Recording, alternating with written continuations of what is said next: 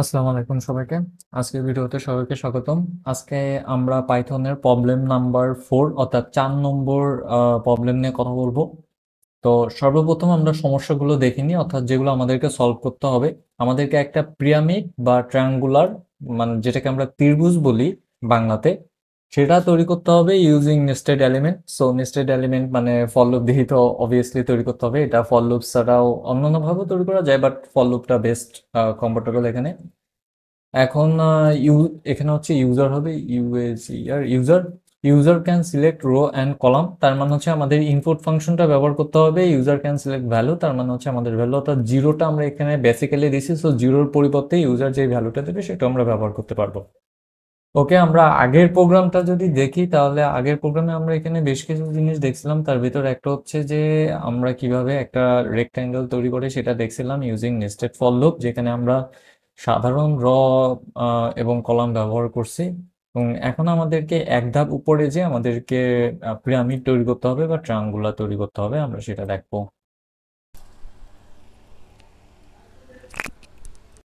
ওকে, তাহলে চলুন আমরা সমস্যাটার সমাধানে চলে আসি। তো সর্বপ্রথম আমাদেরকে একটা নেস্টেড এলিমেন্ট তৈরি করতে হবে ফর লুপের মাধ্যমে। তো আমরা বলতে পারি যে ফর আই ইন রেঞ্জ। এখন এখানে আপনি দুইটা জিনিস ইউজ করতে পারেন। আপনি চাইলে 0,5 দিয়ে দিতে পারেন বা 0,7 দিয়ে দিতে পারেন, আপনার ইচ্ছা।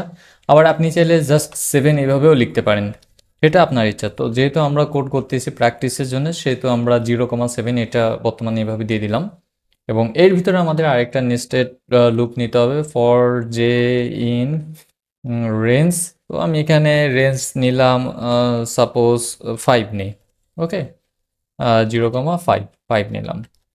তো এখন এখানে যদি আমি প্রিন্ট করি, আমরা যে কোনো কিছুই প্রিন্ট করি, প্রিন্ট লাইক সামথিং, একটা স্পেস প্রিন্ট করলাম। এরপর আমি ইন্ডে দিয়ে দিলাম হচ্ছে জাস্ট নর্মাল। তো ইন্ট আমরা কেন ব্যবহার করি এটা আমরা আগের ভিডিওতে অলরেডি দেখছি। তো এখানে জাস্ট আমরা আরেকটা প্রিন্ট করব সামথিং লাইক 0। ওকে, তো নাও আমরা যদি রান করি, আমরা ঠিক এরকম একটা প্রোগ্রাম দেখতে পাবো যার আগে 5টা স্পেস ফাঁকা আছে। তো এখানে আমি যাই দেবো সেটাই আসলে 5টা 5টা করে চলে আসবে। সাপোজ আমি যদি এটা দিই তাহলে এটাও 5টা চলে আসবে, অলরেডি এগুলো আগের ভিডিওতে দেখা হয়েছে। তো যেহেতু আমি স্পেস দিয়েছি সেহেতু স্পেস এখানে 5টা করে চলে আসছে। রাইট, এই যে এখানে 5টা 5টা করে স্পেস চলে আসছে। তো আমাদের তো এটা আসলে চাই নাই, আমাদের চাইছে কি, আমাদের চাইছে হচ্ছে রেক্ট্যাঙ্গেল, মানে ট্রায়াঙ্গেল। অর্থাৎ এরকম চাইছে আমাদের। তো এটা আমরা কিভাবে তৈরি করব? তো এটার জন্য আমাদেরকে যেটা করতে হবে, আমাদের এই যে ভ্যালুটা আছে এই ভ্যালুটা এক এক করে কমাতে হবে। কেন কমাতে হবে? কারণ আমরা যদি না কমাই তাহলে এই ভ্যালু অনুযায়ী আমরা স্পেসটাকে কিভাবে হ্যান্ডেল করব। এখানে 5 দেওয়া আছে, এই জন্য এখানে 5টা স্পেস দেওয়া আছে। যদি এখানে 4 হইতো তাহলে 4টা স্পেস হইতো, যদি 3 হইতো 3টা স্পেস হইতো। তো প্রত্যেকবার যখন এই প্রোগ্রামটা রান হবে, পুরো প্রোগ্রামটা প্রত্যেকবার যখন রান হবে, রান হওয়ার সময় যে এর মান এক এক করে কমবে। হ্যাঁ, অর্থাৎ আমি যদি এখানে মাইনাস আই দিই এবং এখন যদি আমি এখানে রান করি, দেখবেন যে আমাদের মানে প্রোগ্রামটা আমরা ঠিক এইভাবে দেখতে পাচ্ছি। হুম, অর্থাৎ পাসের যে মানটা ছিল সেই মানটা এক এক করে কমছে। এখন এখানে এখানে আসলে দুইটা মান আলাদা আলাদাভাবে, মানে দুইটাই আলাদা আলাদাভাবে আসছে, কেননা এখানে আমাদের 7 ছিল। সো আমরা এখানেও 7 নিয়ে নিই বোঝার সুবিধার্থে। এবং এখন যদি আমরা রান করি, দেখেন প্রত্যেকটা মান খুব সুন্দরভাবে এখানে চলে আসছে। অর্থাৎ ঠিক আমাদের এই সাইডটুকু, অর্থাৎ এই যে 0 0 0 0 এইটুকু আমরা যেভাবে করতেছিলাম ঠিক সেভাবে চলে আসছে।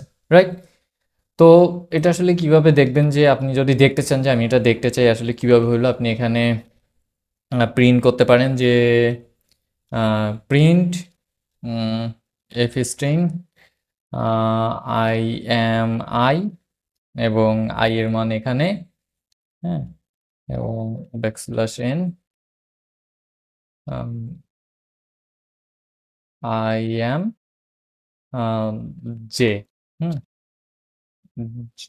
যে আপনি চাইলে এভাবে রান করে দেখতে পারেন। প্রত্যেকবার ইটারেট হওয়ার সময় I M J 0, I M I 0, I M J 1, I am, মানে এভাবে প্রত্যেকবার, হ্যাঁ, 0 যেখানে যাবে প্রত্যেকবার এইভাবে হচ্ছে আপনার রান হবে, যেটা আসলে সঠিক পদ্ধতি না। আমরা এটাকে রিমুভই করে দিই। ওকে, সো রান করলে আমাদের টোটাল প্রোগ্রামটা এভাবে রান হচ্ছে। তো এখন আমরা যেটা করব যে আমরা প্রোগ্রামের ভিতর মানে এই যে এখানে যেরকমটা তৈরি করছি এরকমটা আমরা তৈরি করার চেষ্টা করব। সো এরকমটা তৈরি করার জন্য আমাদেরকে আরেকটা ফর লুপ নিতে হবে। For K in range. তো এইখানে রেঞ্জটা মূলত অন হবে এবং একের সাথে আই এর যে মানটা ছিল সেই মানটা যোগ হবে। যেমন আমরা জিরো কতগুলো চাই, আমরা জিরো যে কয়টা চাই আমরা সে কয়টা তো যোগ করবো, তাই না? তো দেখা গেল যে আমরা জিরো চাই, আই যে কয়টা হবে সেই কয়টা, সে কয়টা আমরা জিরো চাই। ওকে, তো নাও এখন যদি আমরা এটাকে রান করি তাহলে দেখেন অবভিয়াসলি আমাদেরকে এখানে যেটা করতে হবে ইন্ট ইজ ইকুয়াল টু নাও আমরা রান করি। সো আমাদেরকে প্রত্যেকটা ভ্যালু এরকম পাশে পাশে চলে আসে। এখন কথা হলো যে পাশে পাশে কেন আসলো? হ্যাঁ, কারণ হচ্ছে আমরা যে নতুন লাইন সেই লাইন আমরা প্রিন্ট করে নেই, তো আমরা নতুন লাইন একটা প্রিন্ট এখানে নিয়ে আসি। ওকে, সো নাও আচ্ছা নতুন লাইন হিসেবে এভাবে চলে আসছে। নাও আমি আপনাদেরকে একটু খোলাসা করে বলি, অ্যাকচুয়ালি একটু ঘোলাটে হয়ে গেছে আই থিঙ্ক। সেটা হচ্ছে যে সর্বপ্রথম আমরা যে নিছি, যে রেঞ্জ নিছি সেই রেঞ্জের সাথে আই মাইনাস হবে, কেননা আমরা ফাঁকা স্পেস ঠিক সেই কয়টাই চাই যেই কয়টা আই এর ভ্যালু আছে। যেমন প্রথমবার আই এর ভ্যালু ছিল 7টা, পরের বার আই যখন অন হইছে তখন তার ভ্যালু যে কটা ছিল সে কটা আমরা রেঞ্জ এখানে নিব। তো আমি যদি এখানে প্রিন্ট আই দিই তাহলে বিষয়টা অনেক ইজি হয়ে যাবে আপনাদের জন্যে। রান করলাম, দেখেন সর্বপ্রথম আই এর ভ্যালু ছিল জিরো। জিরো যেহেতু ছিল সেহেতু 7টাই এখানে স্পেস ছিল। পরে আই এর ভ্যালু অন হইছে।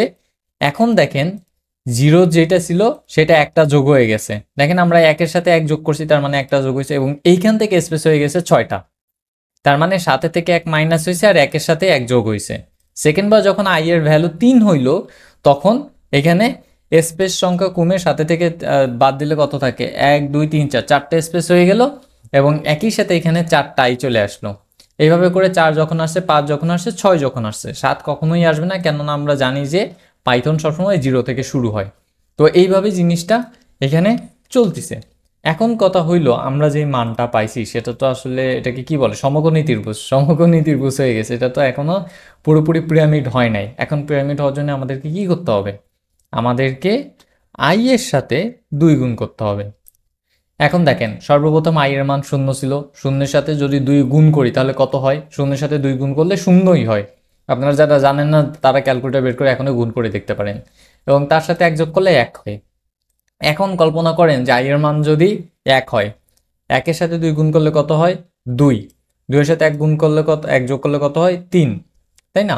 সো এবার যদি আই এর মান 2 হয়, 2 এর সাথে 2 গুণ করলে কত হবে, 4। 4 এর সাথে 1 গুণ করলে, 1 যোগ করলে কত হবে, 5। তাহলে এখানে 2 এর সাথে গুণ করেন, তাহলে এখানে এই পাশে কয়টা হবে, 4টা।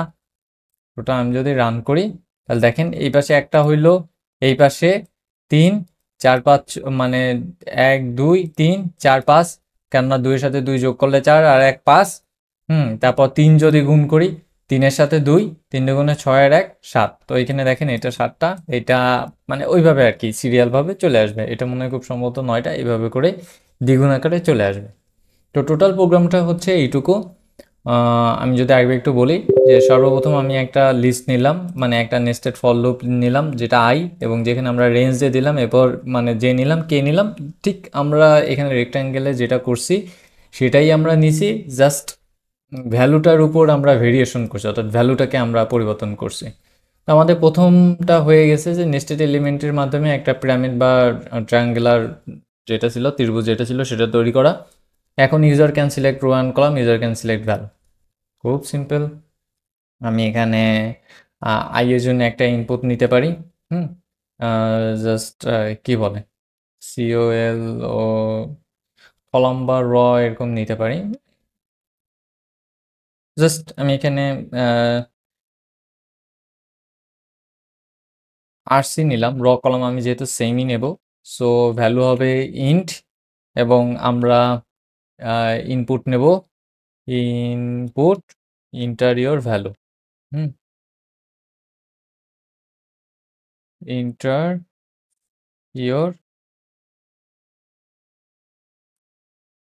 Number, number, binomial B R number. Okay, এবং আমরা ভ্যালু এখানে নিতে পারি, ভ্যালু এখানে জাস্ট ইনপুট হবে এবং enter your value, enter B L U E value. Okay, আমাদেরকে এখন আরসিটাকে চেঞ্জ করে দিতে হবে। হুম, এখানে আমরা আরসি চেঞ্জ করে দিই, এখানেও আমরা আরসি চেঞ্জ করে দিই। আমি আগেও বলছি যে জিরো না দিলেও হবে, তার কারণ হচ্ছে জিরোটা তারা অটোমেটিক নিয়ে নেয়, এখানে ওয়ান ওয়ানই থাকবে এবং এখানে হচ্ছে ভ্যালুটা আসবে। হুম, এই জায়গাটায় ভ্যালুটা আসবে। ওকে, তো এখন আমাদেরকে যেটা করতে হবে, আমাদেরকে সেটিংয়ে যেতে হবে, সেটিং, এবং এখানে সার্চ দিতে হবে রান কোড ইন টার্মিনাল, চলে আসার কথা। Setting run code in terminal, আচ্ছা এখানে যদি নাও আসে আমরা আরেকটা কাজ করতে পারি, আমরা সরাসরি আমাদের যেই ফাইল ছিল পাইথন প্রবলেম সলভিং সিএমডি, ওকে, নাও আমাদের প্রোগ্রামটাকে ধরে এখানে এভাবে দিলে রান হবে না আই থিঙ্ক। আমাদেরকে যেটা করতে হবে পাইথন, হ্যাঁ এবার রান হবে। সো এখন দেখেন, এখন আমাদেরকে বলতেছে ইন্টারিয়র নাম্বার, সাপোজ আমি 10 দিলাম, এবার বলতেছি ইন্টারিয়র ভ্যালু। তো এখন আমি আর 0 1 2 দিতে চাই না, আমি সরাসরি স্টার চিহ্ন দিতে চাই। দেখেন আমাদের 10 কলমের একটা, মানে কি বলে, একটা ভ্যালু এখানে চলে আসলো। সো আমি যদি আবার ইন্টারিয়র ভ্যালু সাপোজ এখানে 50 দিলাম এবং অ্যাট দ্য রেট অফ দিয়ে আমি করতে চাই, তো অবভিয়াসলি ভেঙে গেছে। তা বড় করলে আসলে এরকম আসে, ঠিক আছে, সো ছোট অবস্থায় আসলে ভেঙে গেছে। তো এভাবে করে আপনারা চাইলে দেখতে পারেন, আপনাদের প্রোগ্রামিং নলেজটাকে আপনারা নিজেদের মতো করে গ্রো করতে পারেন আমাদের এই প্রবলেম সলভিং ক্লাসের মাধ্যমে।